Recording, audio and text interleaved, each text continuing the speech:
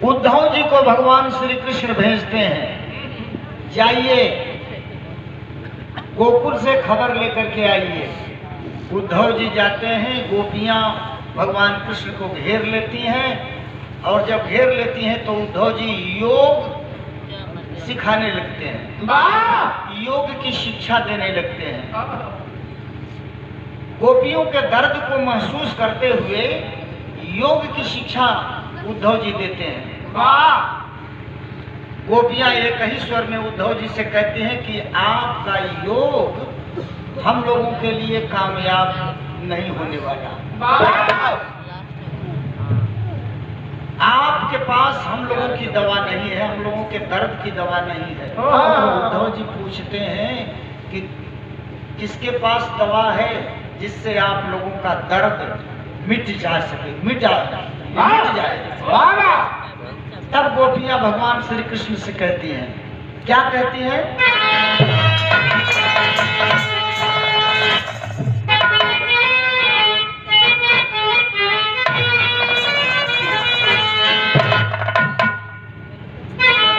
ज्यादा बढ़ा देना, ऊपर करें, ऊपर करें। बेदर्दा दर्द दे ले भगवान श्री कृष्ण की ओर इंगित करती हैं, संकेत करती हैं। कहती हैं गोपियां, बेदर्दा दर्द दे ले उहे नू दी दवाई।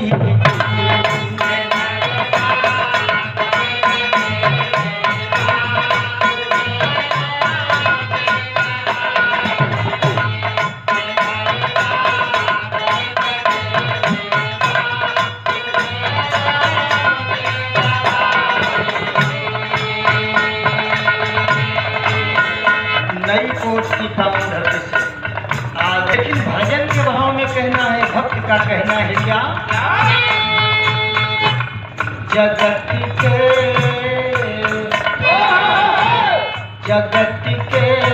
नाथ स्वामी जी, जगत के नाथ स्वामी जी, हमें तू भूल मत जाना।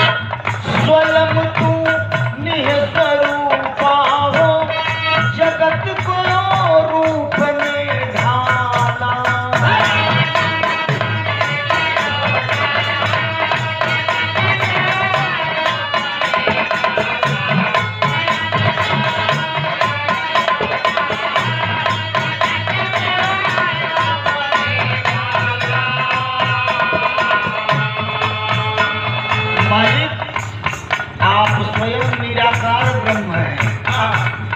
कभी कभी आप वक्त आने पर साकार रूप धारण करते हैं, लेकिन ऑलवेज हमेशा के लिए आपने दुनिया को साकार रूप दिया, ब्रह्मांड को आकार दिया।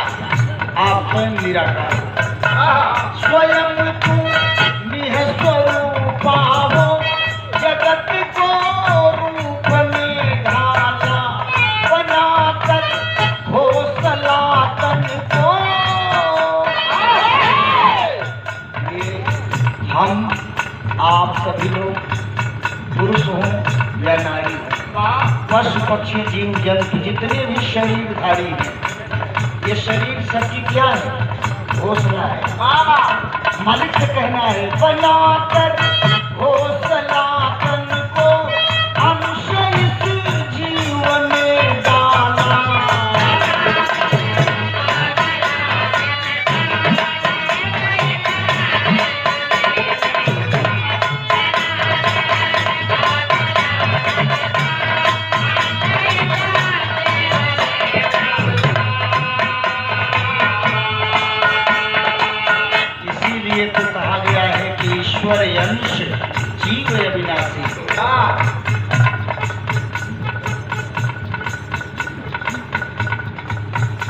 हमरे राजेश भैया कवि जी, आपकी तरफ से पुष्पहार सागर 100 रुपये पुरस्कार इस भजन के भाव को प्रदान किए गए हैं आपके द्वारा।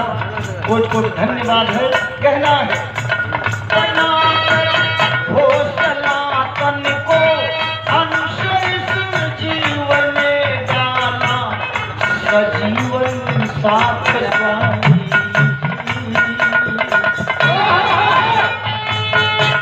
सजीवन साथ स्वामी हमें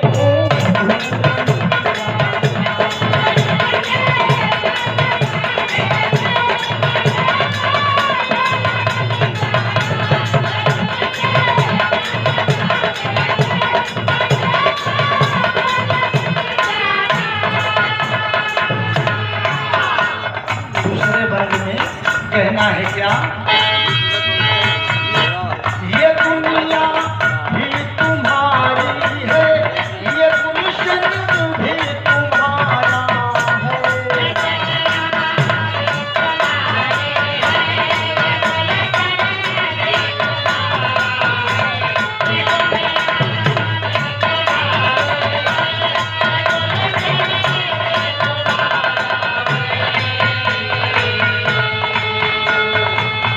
अगर कोई ये सोचता हो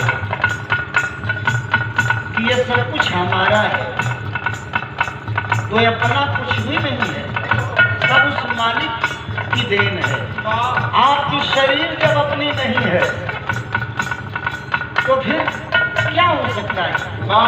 आप कहने के लिए कहते हैं कि ये घर हमारा है, खेत हमारा है, ट्रैक्टर हमारा है, गाड़ी हमारी है, ये जमीन हमारी है।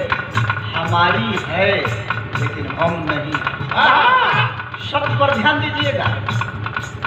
कहने के लिए हम कहते हैं कि सब कुछ हमारा है, यह हमारी है, लेकिन न हमारा है न हमारी है किसकी? उस मालिक की। ये दुनिया भी तुम्हारी है, ये गुलशन भी तुम्हारा है, और तुम ही इस जीव के मालिक।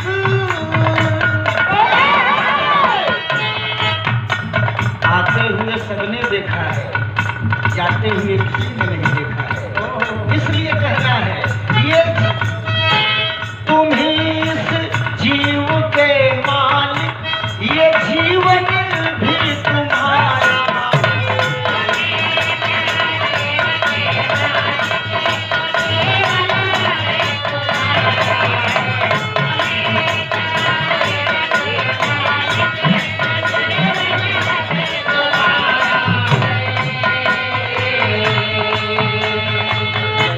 तुम ही इस जीव के मालिक, ये जीवन भी तुम्हारा है।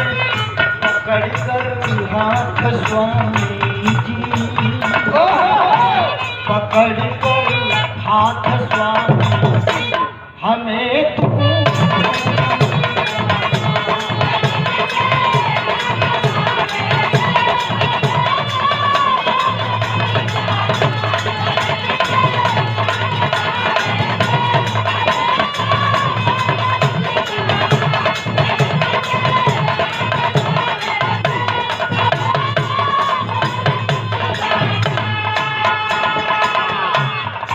आदरणीय श्री नंदलाल यादव जी फुलेहरा नौदर की पावन धरती से सागर 100 रुपये पुरस्कार भजन के भाव पर प्रदान किए गए हैं। आपको कुछ कुछ प्रणाम।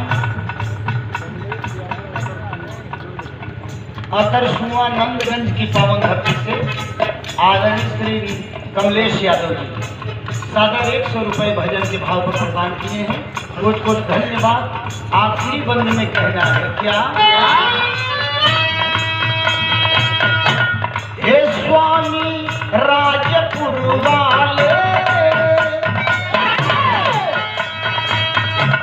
हे स्वामी राजपुर वाले, मेरे आका मेरे रहमत।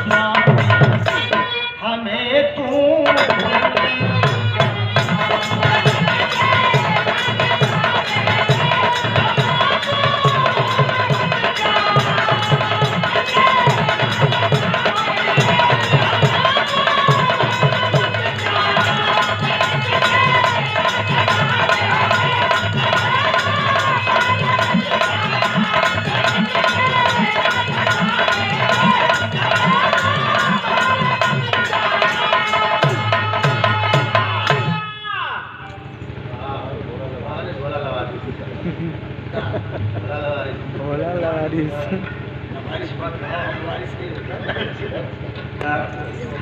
चलो मास्टर बढ़िया छी। आजकल तो बतेबे देने के लाइन लेंथ बदल गई, लेकिन हमार लाइन लेंथ ना बदलेला। ठीक ना? सबकर अलग अलग सोच विचार बा, शैली बा। केहू का शैली खराब नहीं के, सब बढ़िया। लेकिन हमार विचार शुरू से ही है, धीरे धीरे 54 बरस पूरा हो गए बिरहा गावत है। दिमाग खराब मतलब तुझसे बूढ़ लगते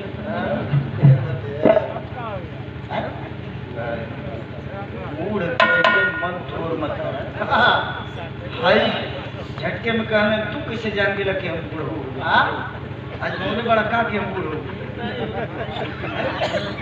ऐसा गलत मत बोलन का। तरापर विचार होला इहे बिरहा पहले रहल। पूरा पुरुष समाज एक और बैठ के सुने, एक और माई बहन बेटी सब बैठ के सुने, महिला समाज कहीं शर्मिंदगी महसूस ना हो। लेकिन अब तक बिरहा में इतनी अश्लीलता आ कि बड़ा बेशर्म जे आदमी हुई घर में बेटी बहन माई भाई बाप के साथ बैठ के सुन सकेला, नहीं तो अकेले जाके सिवान में सुने। लेकिन अपन मानसिकता कि तू हो बिरहा हो, जौना बिरहा के घर में भी आप ले जा रिकॉर्ड करके तो बाप भाई माई बहन बेटी सबके बैठ के सुनावा, अपन हम सुना। तो चला गीत उहर न होके तने ध्यान रहे। उहर बजा दिया तो फिर बिगड़ जाएगी बात।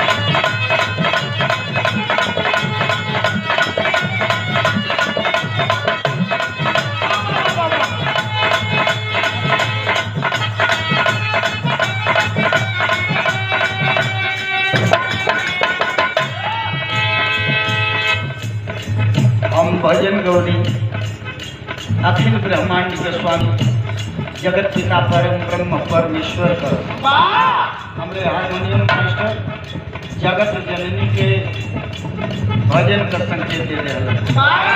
बढ़िया पीला ये नाम के बढ़िया पीला कि माई बाबू दोनों जने एक दूसरे का पूरक होला। बिना महतारी के बाप का कल्पना ना कही जा सकेला, बिना बाप के महतारी तो कबो महतारी बनबे ना करी, चाहे वो हमार महतारी होकर चाहे दुनिया में केहू को महतारी। हमारे ग्रंथ भी बताते हैं कि माता पिता से बढ़कर इस धरती पर कोई बड़ा देवता नहीं है। देवताओं में होड़ लगी थी कि प्रथम पूज्यमान कौन होगा।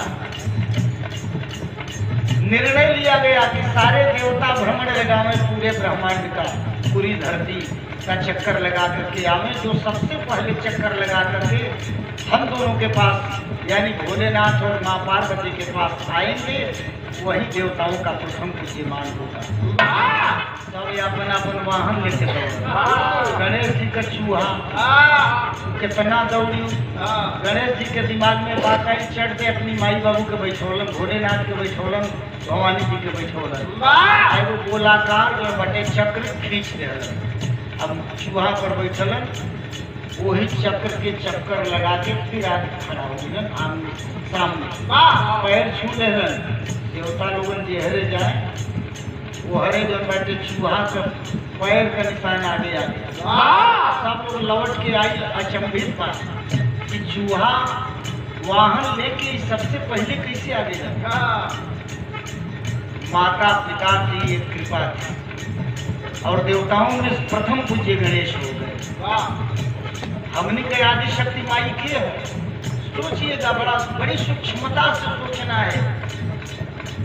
हमारी आदि शक्ति माँ हमको जो पैदा किए है माँ, हमारे जो पिता पैदा किए हैं, हमारे माता पिता हैं आदि शक्ति। शक्ति एक ही है, कहीं देव है तो कहीं देवी। आप लोगों की आदि शक्ति, आप लोगों की आदि शक्ति कौन है? आप लोगों के माता पिता हैं। हमारे माता पिता अगर हमको पैदा नहीं किए होते, आप लोगों के माता पिता आप लोगों को पैदा नहीं किए होते, तो ये दुनिया कैसी है हम लोग क्या देखते, क्या जानते? राम कौन थे, कृष्ण कौन थे, काली कौन थी, दुर्गा कौन थी, लक्ष्मी कौन थी, सरस्वती कौन थी, हम लोग क्या जानते? माता पिता ने पैदा करके यह श्रेय दिया है समझने के लिए। तो आदि शक्ति मतलब अपनी माँ। आदि माने शुरू, अनेक न रहे माइक में। आदि माने प्रारंभ, शुरुआत। तो शुरुआत हम लोगों के माता पिता से हम लोगों की हुई है। चाहे दुर्गा मान लो माई के, काली मान लो, जौने रूप में मान लो, हम कमाइए हर रूप में बाई। यही से कहना बता,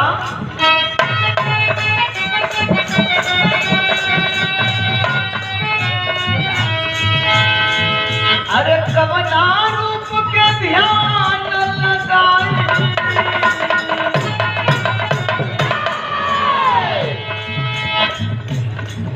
दुर्गा के भजन तो सरस्वती नाराज हो सकेगी, सरस्वती के भजन तो काली नाराज हो सकेगी, काली के भजन तो लक्ष्मी खिसिया सकेगी।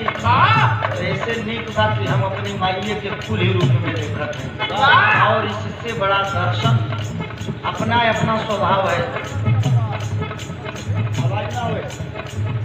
अपना अपना सबका जो है अलग अलग अंदाज है, स्वभाव है।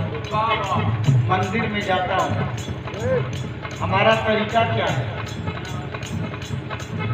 मंदिर में मैं जाता हूँ, देवता के मंदिर में जाता हूँ, तो देवता की मूर्ति की जगह जो पिताजी हमको पैदा किए हैं, अपने पिताजी की देखी हुई सूरत को बैठा करके अपने पिताजी का दर्शन करता हूँ, और उनके अंदर जिस मंदिर में जाता हूँ उस देवता का दर्शन करता हूँ। ये हमारा अपना स्वभाव है। देवी के मंदिर में जाता हूँ तो देवी की मूर्ति की जगह मैं जन्मदायिनी माँ की सूरत को स्थापित करके माँ की सूरत में देवी का दर्शन करता हूँ। देवी में माई बाबू का दर्शन न करिए, माई बाबू में देवी देवता का दर्शन करिए। यही से कहना हमारा बाबा, अरे कवना रूप के ध्यान लगाई, कवना रूप के पूजा जग में जय माता दी।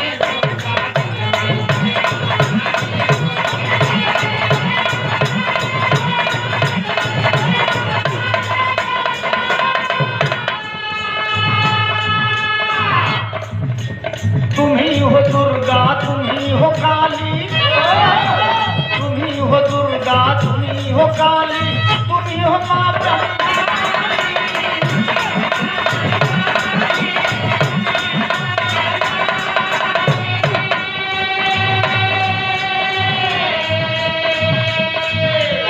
रमा राधिका तुम्ही हो मैया, रमा राधिका तुम्ही हो मैया, तुम्ही हो माता।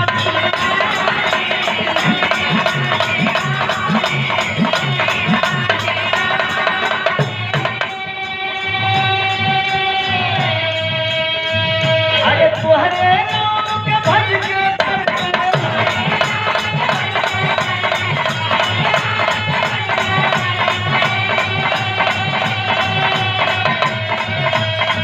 अब तुहरे नाम के भज के करके मैया लंगड़ा।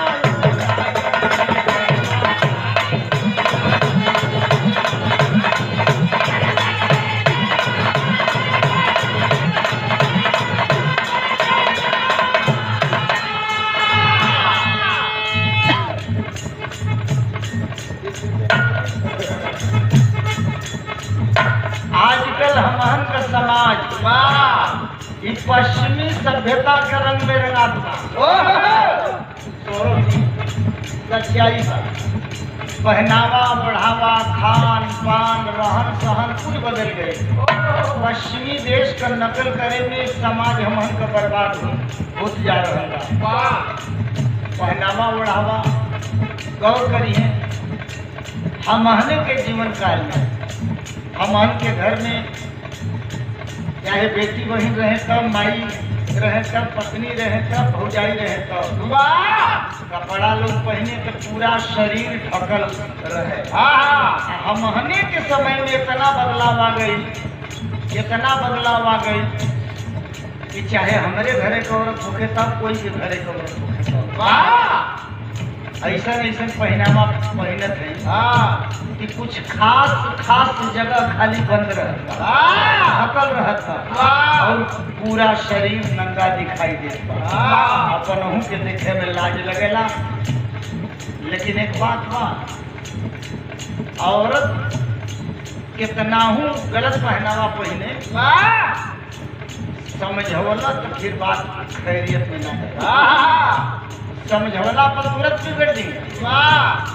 कुल गीत औरत गावे नहीं अपने पर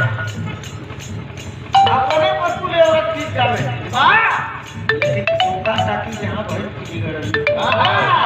हमारे दिमाग में बात आई कि डायरेक्ट समझौला पर नाराज हुई है, तो काहे न हम गीत के माध्यम से संदेश दे दें। देखा बिचलकी बड़ी खतरनाक हो गई। बिचलकी, हाँ बिचलकी। जिंदगी का 3 पहलू, आज दीन का 3 पहलू, दीन का भी 3 पहलू, सवेर दोपहरिया सांझ। आज सबका जिंदगी का 3 पहलू, चाहे पुरुष हो चाहे औरत, बचपन जवानी बुढ़ाई। दीन का बिचलकी दोपहरिया, आ जिंदगी का बिचलकी जवानी। पूरे पर कौन भीड़ पर बड़ा ये दोनों बड़ी खतरनाक बोले। गौर करेंगे जरा गीत पर, पढ़े लिखे सज्जन। दीन की बिचली और जिंदगी की बिचली दोनों की तुलना है और संदेश है जवानी को लेकर के। क्या चढ़ल बा जवानी,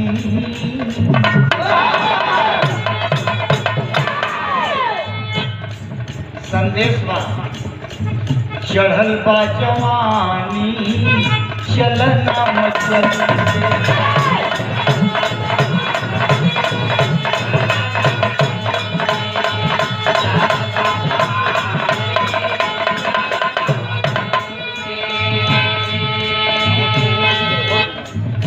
तुलनात्मक गीत, संदेशात्मक गीत हम खुद के लिखले हैं। संदेश देवे बदे ओढ़निया के नीचे, ओढ़निया के नीचे, ओढ़निया के नीचे बदनिया न झलके, चढ़ल बा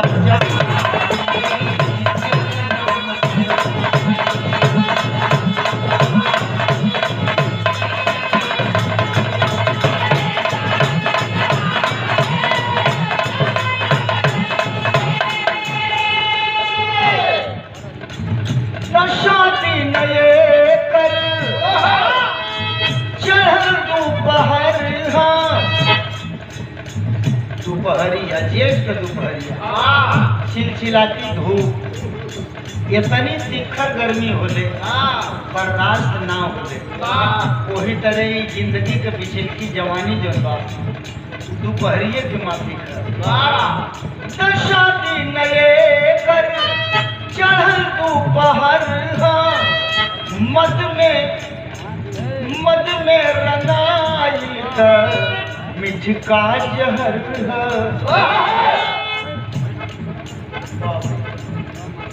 शब्द एक ही है, मद।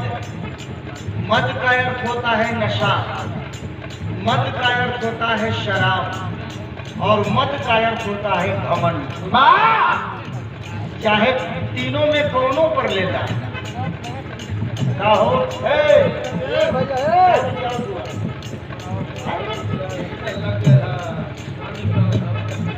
दशा दिन चढ़ल दोपहर है, मद में सनाइल मिठका जहर है। जवानी के स्वीट पॉइजन कहल जाला, मीठा जहर कहल जाला। काहे कहल जाला? देखा देले सब कर रहनिया बदल के। दूसर का उपमा, दूसर का तुलना का लहर नदी में जवानी देखा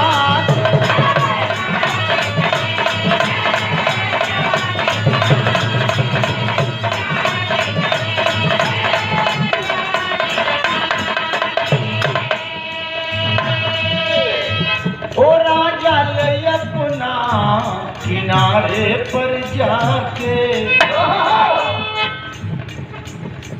करीब करीब नदी में लहर जो उठेले सब देखले हुई। बीच नदी से लहर उठे, और जब उठेले तो बड़ी उछाल मार के उठे। एक बाद लहर दुई तरफ फैले, ओहू किनारे एहू किनारे। जैसे जैसे किनारे की ओर बीच से उठल लहर नदी का किनारे की ओर जाते जाले, वैसे वैसे मध्यम होत जाले, धीमी होत जाले, आ एकदम किनारे पर जाके वो लहर बिल्कुल खत्म हो जाले। वह हाल लहरी बुझी है। बीच नदी से उठेले, किनारे पर जाके खत्म हो जाले। लाइन सबका खातिर बा, पुरुष या महिला। लहर भी नदी में जवानी देखा के, ओ राजा ले अपना किनारे पर जाके। ओ राजई है सबही, ओ राजई है सबही, ओ राजई है नंदलाल, ओ राजई बधूलेंदर, ओ राजई हन परसू, ओ राजई हन परसू, उमरिया में धर के।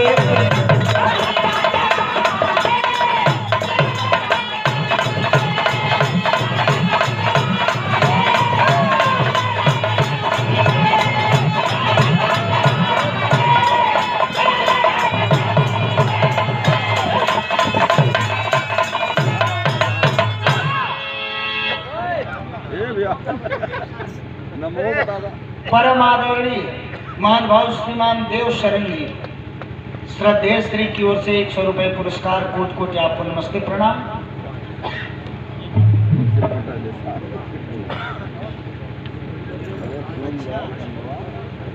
हाँ देखें, ये हमारे परम मित्र और बहुजन समाज पार्टी के कर्मठ एवं जुझारू नेता भाई विनोद साहनी जी, आपके द्वारा सादर पुष्पहार 100 रुपए पुरस्कार प्रदान किए गए हैं।